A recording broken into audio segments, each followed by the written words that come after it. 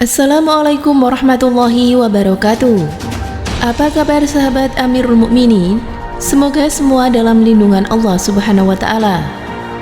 Pada zaman di mana Nabi Adam belum diciptakan, bumi dihuni oleh bangsa jin, yang mana pada saat itu mereka semua membuat kerusakan di dalamnya.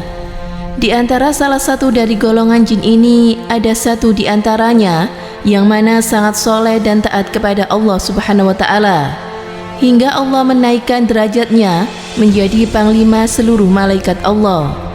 Ia pun bernama Malaikat Azazil, yang mana merupakan dari bangsa jin yang paling soleh. Ketika ia disuruh bersujud kepada Allah, ia pun sujud sampai selama ribuan tahun saking taatnya kepada Allah Subhanahu wa taala. Dalam keadaan bumi yang sudah sangat rusak dan dipenuhi oleh kemaksiatan ini, yang mana para kaum jin yang ada di dalamnya melakukan kerusakan dan menumpahkan darah di atas bumi Allah ini, akhirnya Allah mengirimkan nabi-nabi atau dari golongan jin juga. Namun nabi jin itu malah membunuh nabi-nabi itu saking biadabnya mereka, hingga akhirnya Allah pun mengirimkan pasukan dari langit yang mana dipimpin langsung oleh Malaikat Azazil, sang panglima perang untuk membasmi seluruh kaum jin di muka bumi ini. Semua jin yang ada di muka bumi ini pun dihabisi, semuanya dibunuh kecuali beberapa yang bersembunyi di dasar laut, di gua-gua tengah hutan dan tempat lainnya. Dan Allah pun memerintahkan untuk membiarkan mereka itu. Lalu para malaikat yang dikirim oleh Allah itu pun kembali ke langit atas perintah Allah. Hingga suatu saat Allah mengumpulkan para malaikat, lalu Allah pun berkata, "Aku hendak menciptakan di atas bumi khalifah. Bumi akan kita ganti penghuninya dengan penghuni yang baru atau manusia." Mendengar apa yang Allah katakan itu pun Malaikat Azazil, yang mana sesudah menunaikan tugasnya untuk membasmi seluruh jin yang ada di muka bumi tadi, menjadi gelisah karena merasa bangsanya sendiri sudah ia habisi. Kini Allah malah hendak menciptakan makhluk lain untuk menempati bumi. Ia pun merasa ketidakadilan dalam keputusan Allah itu. Lalu ia menghasut para malaikat yang lainnya untuk mempertanyakan keputusan Allah yang mana amat memberatkan baginya itu.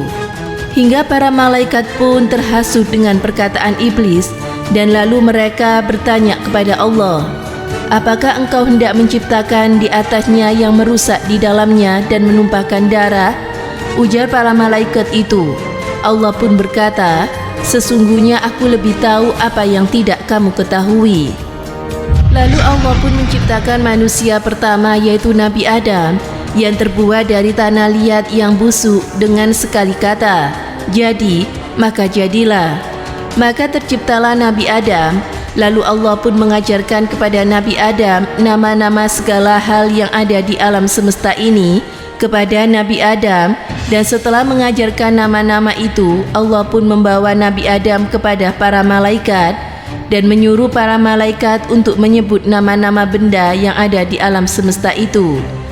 Jikalau malaikat itu termasuk dari golongan yang benar, malaikat-malaikat pun berkata, "Maha suci Engkau, tidaklah ada ilmu yang kami miliki kecuali yang sudah Engkau ajarkan kepada kami." Lalu Allah pun memerintahkan Nabi Adam untuk mengajarkan nama-nama tersebut kepada para malaikat, termasuk Malaikat Azazil. Sesudah Nabi Adam mengajarkan nama-nama itu, Allah pun berkata, "Tidakkah aku sudah katakan kepada kalian, aku lebih mengetahui alam gaib langit dan bumi, dan aku lebih mengetahui apa yang kalian sembunyikan, apa yang kalian tampakkan." Para malaikat pun mendengar apa yang dikatakan Allah itu. Begitu juga dengan Malaikat Azazil, yang mana semakin dengki dengan Nabi Adam, yang mana lebih pintar daripada dirinya, yang padahal merupakan pimpinan seluruh malaikat saat itu. Hingga akhirnya tiba di puncak ketika Allah memerintahkan seluruh malaikat untuk sujud kepada Nabi Adam. Lalu seluruh malaikat itu pun sujud kecuali Malaikat Azazil, yang mana ia lalai dan sombong. Ketika para malaikat itu bangkit dari sujudnya, mereka semua kaget melihat Azazil yang tidak ikut sujud.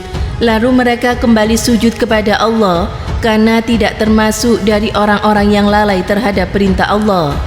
Allah pun bertanya kepada malaikat Azazil, "Mengapa engkau tidak sujud?" Malaikat Azazil pun menjawab, "Mengapa aku harus bersujud padanya? Engkau menciptakan dari tanah dan engkau ciptakan dari api." Ujar malaikat Azazil. Saking sombongnya, ia berani mempertanyakan Allah dan malah lebih parah lagi, seakan-akan ia yang mengajarkan Allah bahwa sifat zatnya lebih terhormat daripada Nabi Adam yang tercipta dari tanah, karena kalau dari ilmu ia jelas kalah dari Nabi Adam. Malah ia mencoba membandingkan dengan belasan zat ciptaannya yang lebih baik daripada yang ia paling sempurna dibandingkan lainnya. Allah pun murka dan mengusir malaikat Azazil dari dalam surga, dan ketika ia dikeluarkan dari surga, tubuhnya pun berubah menjadi mengerikan. Tumbuh ekor berujung tajam di bokongnya, tumbuh tanduk di kepalanya, dan berbagai perubahan lainnya terjadi pada dirinya, yang pada awalnya sangat mengagumkan, kini menjadi sangat menjijikkan. Dan mulai sejak pertama kali ia dikeluarkan dari surga, ia pun berganti namanya menjadi nama yang paling terlaknat dan paling dibenci oleh seluruh penjuru, yaitu iblis. Hanya dikarenakan ketidaktaatannya pada Allah, sosok yang paling dikagumi oleh para malaikat dan diagung-agungkan jabatannya sebagai ketua para malaikat, dapat berubah menjadi makhluk paling terlaknat dan paling dibenci di seluruh penjuru alam semesta ini. Sungguh betapa meruginya iblis yang hanya dikarenakan ketidaktaatannya pada Allah, ia harus menghabiskan sisa hidupnya hingga hari yang Allah tentukan dengan amat sangat terhina dan juga menderita sepanjang umurnya. Dari kisah tersebut kita dapat ambil intisarinya bahwa seseorang yang tidak taat itu akan merubah dirinya yang mungkin pada awalnya terhormat menjadi terlaknat, yang awalnya namanya harum berubah menjadi haram, dan seterusnya saking pentingnya ketaatan pada diri setiap makhluk yang ada di seluruh penjuru alam ini. Semoga Allah selalu menjadikan kita hambanya yang taat dan bertawakal padanya selalu, dan semoga kita dijauhkan dari sifat iri hati, dengki, serta sombong, yang mana semua itu merupakan sifat iblis laknatullah. Amin. Semoga bermanfaat. Wallahu a'lam bishawab.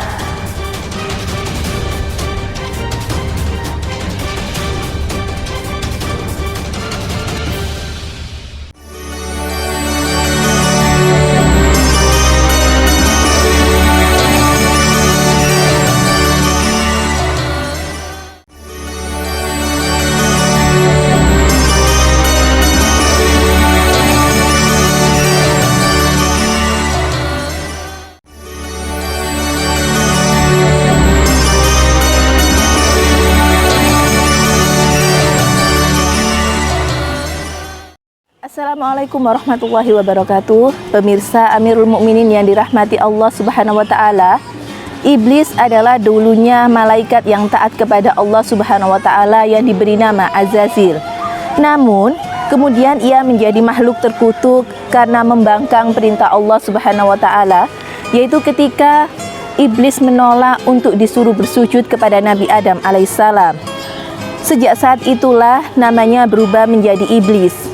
Awal mula permusuhan iblis dengan manusia adalah ketika menciptakan Nabi Adam. Tetapi iblis menolaknya untuk bersujud kepada Nabi Adam. Dengan sombongnya ia berkata bahwa ia diciptakan dari api, sedangkan Nabi Adam hanya diciptakan dari tanah. Sejak saat itulah iblis dikeluarkan dari surga dan menjadi makhluk terkutuk. Iblis mendapatkan penanggungan umur sampai atau tidak mati sampai peniupan sangkakala yang pertama. Iblis akan terus menggoda anak cucu Adam agar tergelincir dalam dosa dan masuk neraka bersama mereka. Tetapi Allah memberikan petunjuk kepada manusia melalui para nabi dan rasul agar tidak terjebak tipu daya iblis. Dalam Sahih Muslim dikatakan, iblis bertempat tinggal di lautan yang dikelilingi oleh beberapa ular. Di sanalah ia mengendalikan seluruh aktivitas penyesatan terhadap manusia. Iblis juga membangun kerajaannya di tengah lautan. Tujuannya adalah untuk menandingi arusnya Allah Subhanahu wa taala.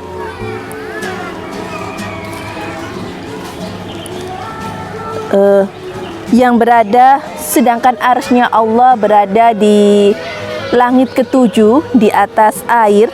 Semoga kita dijauhkan dari tipu daya setan dan kita selalu berada di jalan Allah Subhanahu wa taala. Amin ya rabbal alamin. Semoga bermanfaat. Wassalamualaikum warahmatullahi wabarakatuh.